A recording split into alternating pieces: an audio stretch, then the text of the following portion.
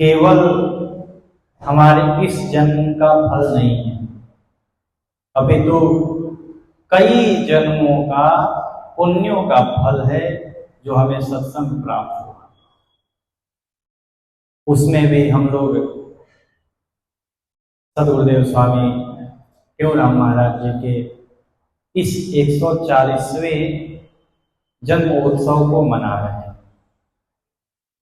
जिसमें हम और आप धूमधाम से इस 40वां उत्सव को मनाया और आने वाले 5-6 दिवसों में तो इतने धूमधाम से मनाए जाएंगे पूरे देश प्रदेश में जिसका वर्णन नहीं किया जा सकता। संतों के जन्मोत्सव को हम लोग मना रहे हैं। देखो, संतों के हर एक घड़ी, हर एक लीला उत्सव है। ये जन्म लेते हैं, ये भी एक उत्सव है। संत कोई और नहीं है। भगवान राघवेंद्र सरकार रामचरितमानस में कहते हैं, मोते अधिक संत कर लेख। मेरे भक्तों की पहचान कैसे होगी? तो मेरे भक्तों की पहचान वैसे होती है जो मेरे से भी अधिक संतों को मानता, अपने गुरु को मानता, वही मेरा भक्त हो सकता है। जो मेरा तो दिन रात पूजन करे, खूब मेरे में लगा रहे, लेकिन संतों का कोई आदर नहीं है, ब्राह्मणों का कोई आदर नहीं है, तो फिर वो मेरा भक्त नहीं हो सकता। क्योंकि जिसका जो इष्ट होता है वो उसके ही पग चिन्हों पर चलने का प्रयत्न करता है। हम राघवेंद्र सरकार के भक्त हैं, हम भगवान श्री कृष्ण के भक्त हैं, तो हमें उनके दिए हुए मार्गों पर चलना चाहिए। यदि उनके सुझाए हुए मार्ग पर हम नहीं चलते हैं तो हम उनके भक्त कहलाने के अधिकारी नहीं। वैसे ही इस कलयुग में भी जिन संतों को हम मानते हैं, जो हमारे गुरु हैं, जो हमारे संत इष्ट हैं, उनके कहे हुए वाक्यों को यदि हम न माने तो फिर हम उनको इष्ट कहने के अधिकारी नहीं, अपना गुरु कहने के अधिकारी नहीं। हम लोग एक बात कहते हैं ना, अखंड मंडलाकारम व्याप्तम येन चराचरम तत्पदम दर्शितम येन तस्मै श्री गुरवे। जिस प्रकार से ये पूरा आसमान है, आकाश है, आकाश की कोई सीमा है क्या? इतने में ही है, हर जगह पर आकाश है, हर जगह व्याप्त है। उसी प्रकार गुरुदेव भगवान की वाणी हमारे लिए हर जगह व्याप्त, हर स्थिति में हमें गुरु की आज्ञा को, गुरु के वचनों को मानना चाहिए। कल बात चल रही थी, संसार में चरण सेवा करने वाले करोड़ों मिल जाएंगे। यहां पर भी लाखों भक्त आते हैं, रोज माथा टेकते हैं, रोज का नियम है उनका, सुबह शाम आए माथा टेके चले गए। क्या वो स्वामी जी के भक्त हैं, शिष्य हैं? नहीं है, बिल्कुल नहीं है। यदि माथा टेकना और केवल वहां जा करके आ जाना, हाजिरी लगा देना, यही शिष्य का नियम रहता तो फिर इस संसार में सब सबके शिष्य हैं, सब सबके पास जाते हैं। शिष्य का परम कर्तव्य क्या है? जो शिष्य गुरु के चरणों में तो प्रेम रखे, गुरु के चरणों में अनुराग रखे, लेकिन उसके साथ साथ गुरु के वचनों में अनुराग रखता। रघुनाथ जी कहते हैं, सुनु जननी सोई सुत बड़ भागी, जे पितु मात वचन अनुरागी। जो अपने माता पिता गुरु के वचनों में अनुराग रखता है, वो पुत्र, वो शिष्य बड़ा भाग्यशाली। जिस शिष्य को, जिस संतान को अपने माता पिता गुरु की सेवा करने का अवसर प्राप्त होता है। गुरु कोई साधारण मनुष्य थोड़ी है। हम लोग कहते हैं ना क्या, गुरु ब्रह्मा गुरु विष्णु गुरु देवो महेश्वर। गुरु साक्षात पर ब्रह्म, गुरुदेव भगवान साक्षात ब्रह्म है। हम सबके सामने भगवान प्रकट हो जाए तो हम क्या करेंगे? देखो, भगवान सन्मुख आ जाए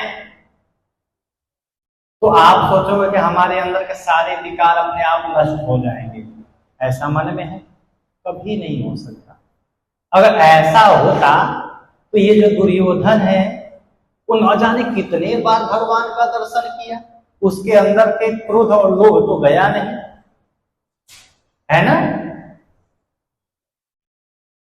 लेकिन संतों का दर्शन हो जाए और संत कृपा कर दे तो आपके अंदर के सारी बुराइयां अपने आप समाप्त हो जाएंगी और भगवान की भक्ति प्रकट हो जाएगी। ऐसे कई भक्त हमारे इतिहास में और ग्रंथों में हम लोगों ने पढ़ा है। सबरी मैया राम जी का कितना दर्शन किया, वो तो अंत समय में कुछ समय के लिए आए,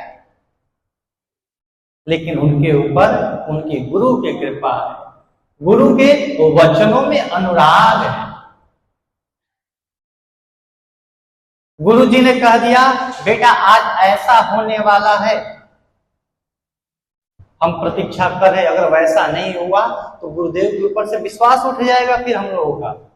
नहीं, गुरु जी झूठ बोलते हैं।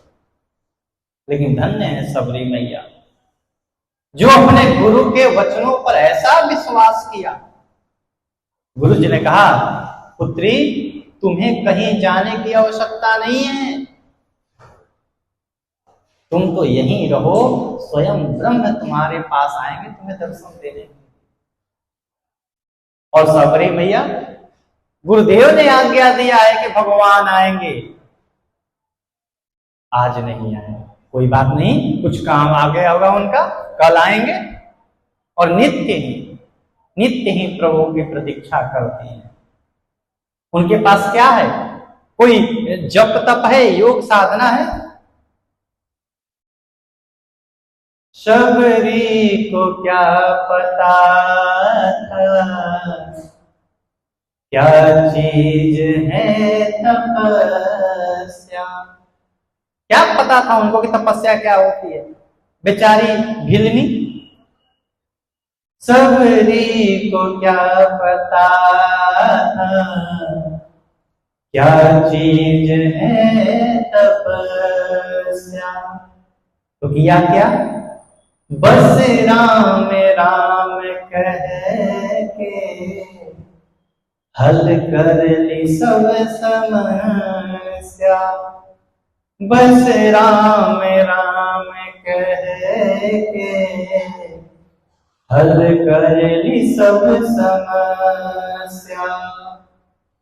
बदले में प्रभु ने उसको, बदले में प्रभु ने उसको निज धाम दे दिया है, कहीं राम लिख दिया है, कहीं श्याम लिख दिया है, कहीं राम लिख दिया है, कहीं श्याम लिख दिया है।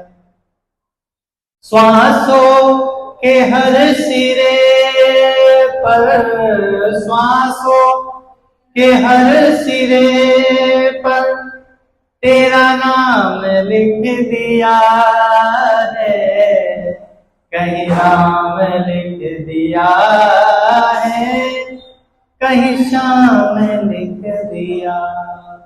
क्या सबरी को क्या पता था? बेचारी न पढ़ी लिखी, एकदम गांव की छोटी सी थी। विवाह पिता ने रचाया। देखी कि आज पूरा घर परिवार भरा पड़ा है। सबरी का श्रृंगार हुआ, दुल्हन बनी सबरी मैया। लेकिन जैसे झरोखे से देखती है कि सामने तो बहुत सारे पशु बंधे हुए हैं। पूछी कि मैया ये पशु इतने क्यों बंधे हुए हैं? बेटी तेरे विवाह में जो बाराती आएंगे ना, उनके भोजन की व्यवस्था। राम राम राम, मेरे विवाह जैसे शुभ कार्य में इन जीवों का भोजन। और गई सबरी मैया, उन सारे पशुओं को खोल दिया, खोलकर भगा दिया वहां से, और स्वयं अपना उस विवाह का मंडप छोड़ करके भाग गई। अरे ऐसे विवाह से क्या लेना जिसमें जीवों की हिंसा हो। भाग गई, जा करके मतंग ऋषि के आश्रम में चली गई।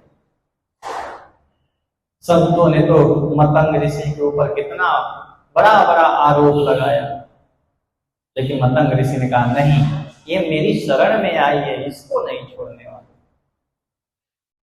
एक समय आया, मतंग ऋषि की तपस्या का प्रभाव, उसका फल मिला उनको।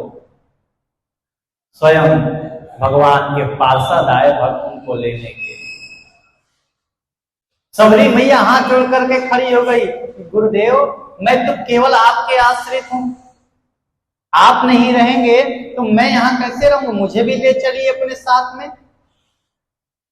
सबरी तू चिंता मत कर, मेरे को तो इस पदवी को प्राप्त करने के लिए, इस स्थान को प्राप्त करने के लिए ना जाने कितना जप तप करना पड़ा, लेकिन तूने जो मेरी सेवा की है ना, उससे मैं प्रसन्न हूं, और तुझे कहीं जाने की आवश्यकता नहीं पड़ेगी। वो तीनों लोगों का स्वामी, वो जगत नियंता जगदाधार स्वयं तुम्हारे पास चल के आएगा। बस इतनी सी कहनी, इतनी ही वाणी को सबरी मैया ने अपने हृदय में बसा दिया, और उनके मन में एक ही बात था, सारा संसार झूठ बोल सकता है, परंतु हमारे गुरुदेव हमसे कभी नहीं गलत बोलेंगे। रघुनाथ जी की प्रतीक्षा करते करते करते करते मैया सबरी बालिका से वृद्ध हो गई, बुढ़ापा आ गया। कई संत तो कहते हैं अरे पगली इतनी प्रतीक्षा क्यों करती है, कोई आने वाला नहीं है। और सबरी मैया ये नहीं था कि केवल एक दिन, 2 दिन, 1 वर्ष, 2 वर्ष प्रतीक्षा की, पूरा जीवन निकाल दिया। उनका नित्य का नियम था, रोज रास्तों को साफ करना, उस पे पुष्प बिछाना, ये कहीं कंकड़ ना मेरे रघुनाथ जी के चरणों में लग जाए। बैल लेकर के आती थी, सुंदर सुंदर फल रघुनाथ जी को भोग लगाने के लिए, ये नित्य का नियम। सुबह होते ही मार्ग सजा देती थी, शाम को फिर वो सारे पुष्प हटा देती थी कि रघुनाथ जी अब कल आएंगे तो इस मुरझाए हुए फूल पर थोड़े चढ़ेंगे, फिर सुबह में नया पुष्प लगाते थे। ये नित्य का नियम था। संतों ने कहा अरे ये छोड़ दो करना, कोई आने वाला नहीं है। नहीं, ऐसे कैसे छोड़ दें, हमारे गुरुदेव ने हमें आज्ञा दिया है, और मैं अपने गुरुदेव की आज्ञा की अवहेलना नहीं कर सकती। उन्हीं गुरुदेव भगवान के वचन को पूरा करने के लिए रघुनाथ जी सबरी मैया के पास पहुंचे। केवल क्या किया सबरी मैया ने, अपने गुरुदेव के वाणी पर विश्वास किया।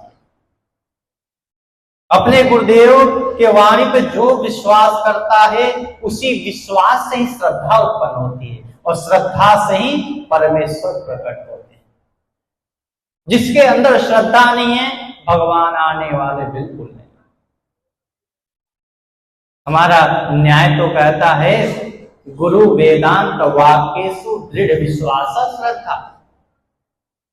गुरुदेव भगवान के और वेद भगवान के वाणी पर विश्वास करना ही श्रद्धा है, और उसी श्रद्धा से वही आपकी श्रद्धा भगवत को प्रकट कर देगा। बंधुओं, जैसा कि मैंने आप लोगों से बताया, चरण सेवा करना कोई बड़ी बात नहीं है। गुरुदेव हैं तो गए, प्रातः काल में साष्टांग प्रणाम किए, उनको थोड़ा चरण दबा दिए, चले आए, फिर शाम को गए, चरणों में प्रणाम कर लिए, हो गए चरण सेवा। यही तो है ना चरण सेवा। लेकिन वचन सेवा, गुरु के मुख से जो निकल गया वाणी, उसको पूरा करना शिष्य के लिए परम धर्म है। गुरुदेव की वाणी क्या है? ये जो आप लोग ग्रंथ पढ़ते हैं, गुरुदेव की वाणी है। इसमें जो जो लिखा है उसका पालन करना हम लोग का कर्तव्य है, तभी हम उनके शिष्य कहलाने के अधिकारी हैं। हम लोग रोज वचनों को सुनते हैं, रोज इसका पाठ करते हैं, लेकिन उसमें से हम लोग कुछ ग्रहण नहीं करते। ये सबसे बड़ी कमी है हम लोगों में। हम लोगों को वचन सुने तो कुछ, हम सब नहीं करें, आप सब वचनों का पालन नहीं कर पाएंगे, लेकिन जितना सुने उसमें से कुछ एक तो अपना करके जाएं, एक वचन का तो पालन करें कम से कम। गुरुदेव ने कहा है नाम जपना है, नाम जपो ना, इसमें कौन सी कठिनाई, कौन से पैसे लगने वाले हैं? इसमें तो कोई टाइम भी वेस्ट नहीं है। आप अपना अपना काम करते रहो और गुरुदेव भगवान का नाम जपते रहो, जो गुरुदेव ने नाम दिया है। और देखो, इसीलिए कहा जाता था कि गुरुदेव भगवान के जब शरण में तभी जाओ जब आपके अंदर पात्रता आ जाए, योग्यता आ जाए।